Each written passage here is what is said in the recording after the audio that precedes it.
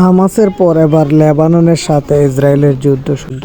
কে জিতবে এই যুদ্ধে এটা বলা মুশকিল, কিন্তু সমস্ত যত যুদ্ধ বিশেষজ্ঞ আছেন এবং ইউটিউবার সাংবাদিক আছেন সবাই মনে করেন ইসরায়েল যেহেতু হামাসের সাথেই যুদ্ধে পরাজিত হয়েছে অথবা হামাসকে নির্মূল করতে গিয়ে পারে নাই, তো এখানে এর চেয়ে ডাবল 7 গুণ 8 গুণ শক্তিশালী হিজবুল্লাহর সাথে কিভাবে তারা পারবে।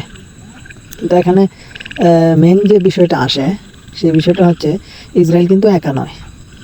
যতটুক বিপদে পড়বে ইসরায়েল ঠিক ততটুকু হেল্প আসবে ইউরোপ কান্ট্রি এবং আমেরিকা থেকে। যেমন এখন আমরা মনেই করতে পারি, বেশিরভাগ বিশেষজ্ঞ বলতেছেন যে মানে হিজবুল্লাহর সাথে ইসরায়েল পারবে না বলতে এটা আর কি, যে তারা যে স্থল অভিযান করেছে লেবাননের ভিতরে, তো তারা এখান থেকে শত শত লাশ সৈন্য মারা যাবে এবং তারা ফেরত আসবে, এখান থেকে কোনো কিছু অর্জন করতে পারবে না। এটাকে বলতেছে মানে হিজবুল্লাহর বিজয়।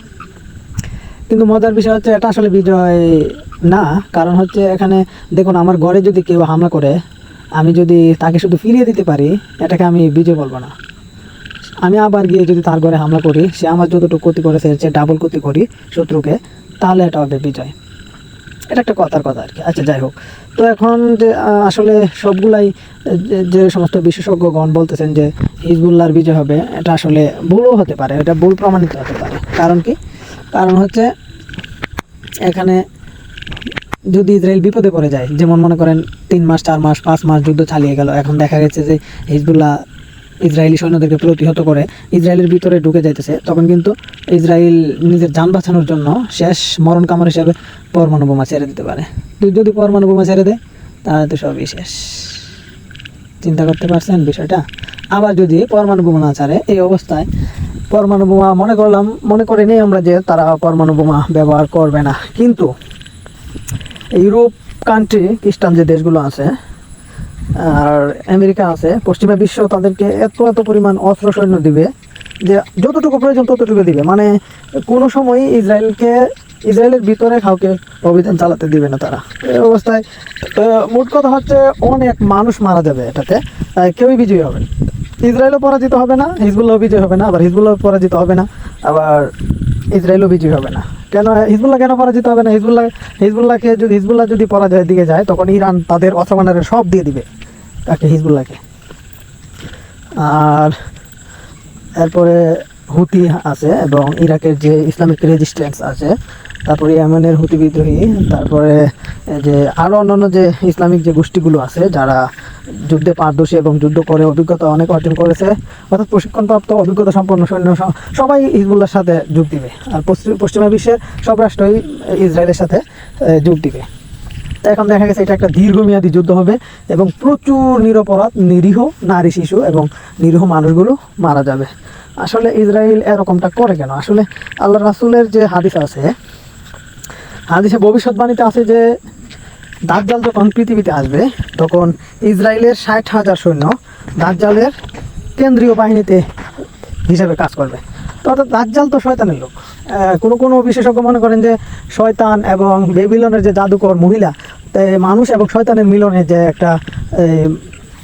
একটা প্রাণী জন্ম নিয়েছে পৃথিবীতে, সে কানা ল্যাংড়া লুলার মতো, কানা হবে আর কি, ল্যাংড়া লুলা হবে না, কানা, তো সেই হবে দাজ্জাল। এটা একটা ধারণা মাত্র, যাই হোক। তো অর্থাৎ দাজ্জাল হবে শয়তানের ভক্ত, অথবা শয়তান দাজ্জালকে প্রচুর পরিমাণ সহযোগিতা করবে। তো তারা শয়তানের গোলাম, বর্তমানে ইহুদিরা শয়তানেরই গোলামি করছে। আর শয়তান সবসময় চায় মানুষের যেন ক্ষতি হয়, অর্থাৎ মানুষ দিয়ে যদি শয়তান মানুষকে সরাসরি মেরে ফেললে তো আর হবে না, তো মানুষ দিয়ে মানুষকে হত্যা করাতে পারলে তাহলে শয়তানের খুব আনন্দ লাগে। শয়তান যদি ইচ্ছা করে হাজার হাজার মানুষ 1 মিনিটে মেরে ফেলতে পারবে, কিন্তু আল্লাহ তাআলা তাকে এই অনুমতিটা দেন নাই। অথবা সে যদি হাজার হাজার মানুষকে মেরে ফেলে, তাহলে হাজার হাজার মানুষ তো কি হইলো, এই শহীদ হয়ে গেল এবং বিনা হিসেবে জান্নাতে চলে যাবে, এতে তো শয়তান হলো। কিন্তু দেখা গেছে মানুষ দিয়ে যদি মানুষ মারাতে পারে, তাহলে ওই যে একজন মানুষ হয়তো শহীদ হয়ে জান্নাতে চলে যাবে, আরেকজন তো পাপী হবে। তো ওই একজন দুনিয়া থেকে চিরবিদায় হয়ে গেল, তার ফ্যামিলির ক্ষতি হলো, এতে শয়তান খুশি। আবার একজন মানুষ এতই পাপ করলো, আরেকজন মানুষ বা অন্য মানুষগুলো এতই পাপ করলো, সে কখনোই আর বেহেশতে যেতে পারবে না বা তওবা করার তৌফিক হবে না। এটা শয়তানের লাভ। তো শয়তান কমপ্লিটলি ইসরায়েলের সাথেই থাকবে। যেমন আমরা আগে দেখেছি নমরুদের সাথে শয়তান ছিল, ফেরাউনের সাথে তো শয়তান সরাসরি দেখা করেই তাকে পরামর্শ দিত তার সবাই। এগুলো তো আমরা জানি ইতিহাস মুসলিম হিসাবে, অ্যাজ এ মুসলিম। তো কথা হচ্ছে যে আসলে নেতানিয়াহু এবং ইসরায়েল যে পুরোটা রাষ্ট্রই আছে এটা তারা সবাই শয়তানের, সবাই না বলতে কিছু কিছু ইহুদি আছে তারা কিন্তু আবার এই যুদ্ধ চায় না, মানুষ মরুক সেটা চায় না। তারা কিছু মনে করেন 0.1%, 0.1% ইহুদি এরকম আছে। আর বাকি সব ইহুদি তারা মানে প্রকৃত ইহুদি না, তারা নামে ইহুদি হলেও তারা মূলত শয়তানের পূজা করে, বিভিন্ন শয়তানের রিচুয়ালগুলো পালন করে এবং মানুষ হত্যা করলে তাদের বেশি কী হয়, গ্রোথ হয় পৃথিবীতে। তো মোট কথা আচ্ছা, এটা আমার মূল বিষয় ছিল না, মূল বিষয় থেকে অন্যদিকে চলে গেছি। তো লেবানন এবং ইসরায়েলের যুদ্ধে আসলে কেউ জিতবে না, এটা হবে দীর্ঘমেয়াদী একটা গণহত্যার মতো একটা যুদ্ধ হবে। ধন্যবাদ, চ্যানেলটি সাবস্ক্রাইব করবেন এবং কীভাবে ভিডিও বানাতে পারি একটু পরামর্শ দিবেন কমেন্টে। আসসালামু আলাইকুম।